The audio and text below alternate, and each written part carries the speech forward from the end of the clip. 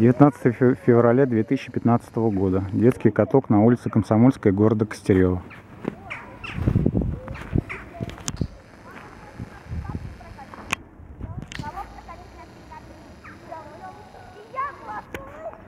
Вот так дети проводят свое время свободное.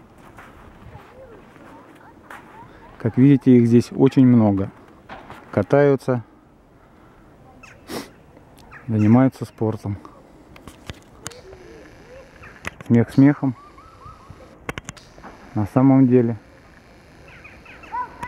этот каток в таком состоянии находится уже более 2 лет. Видимо, дети муниципальных чиновников нашего города Костерево проводят свой досуг совершенно в других условиях, более лучших, чем уготовано для наших детей. Это город Костерево, улица Комсомольская.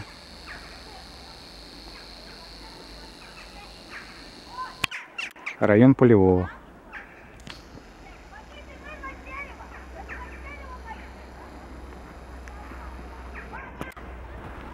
С доброй души одного из меценатов здесь были созданы вот эти все щиты поставлены. То есть муниципалитету оставалось лишь одно: провести свет и залить этот каток водой. Напоминаю, более 2 лет этот каток в запущенном состоянии находится.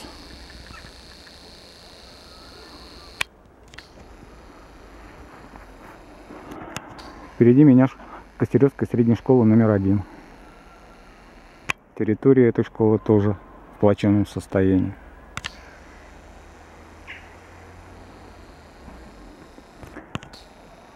В нашем городе есть каток. Один на весь город. Но он находится очень далеко, по крайней мере, от этого района. Вряд ли кто-нибудь из взрослых, особенно в вечернее время, будет отпускать детей в столь дальние путешествия. Ну, а этот каток так и останется на совести нашего мэра.